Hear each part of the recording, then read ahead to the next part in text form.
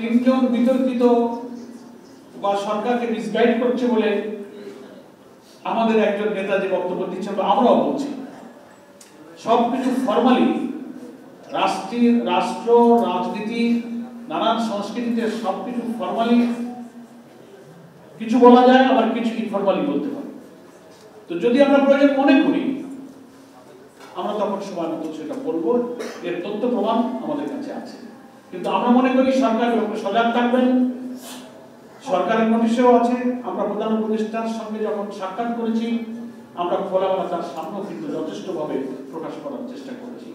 আশা করি জনগণের এই পারসেপশনটা সরকার উপলব্ধিতে নেবেন এবং কোন উপদেষ্টা দলীয় ভাবে প্রভাবিত হয়ে মিসগাইড করার কোন কথা শুনলে আশা করি প্রধান উপদেষ্টা যে রাজনৈতিক প্রজ্ঞা, দূরদর্শিতা, যে স্যাগাসিটি, যে ফারসাইটনেস আছে, এটা দিয়ে বিবেচনা করে তিনি নিজেকে নিরূপক রাখার জন্য সজাগ থাকবেন।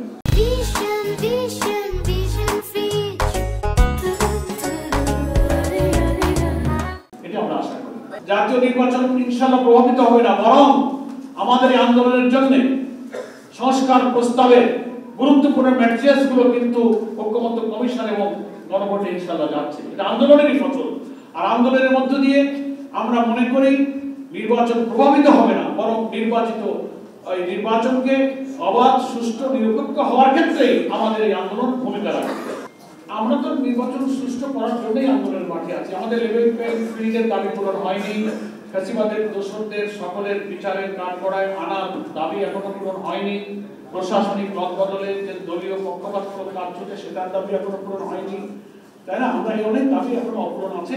এটার জন্য আমরা আন্দোলনের কর্মসূচি শীর্ষ নেতৃবৃন্দ লিয়াজোর কমিটিকে যে দায়িত্ব দেওয়া আছে তারা সেটা সময় মতো বৈঠক করে ঘোষণা করে।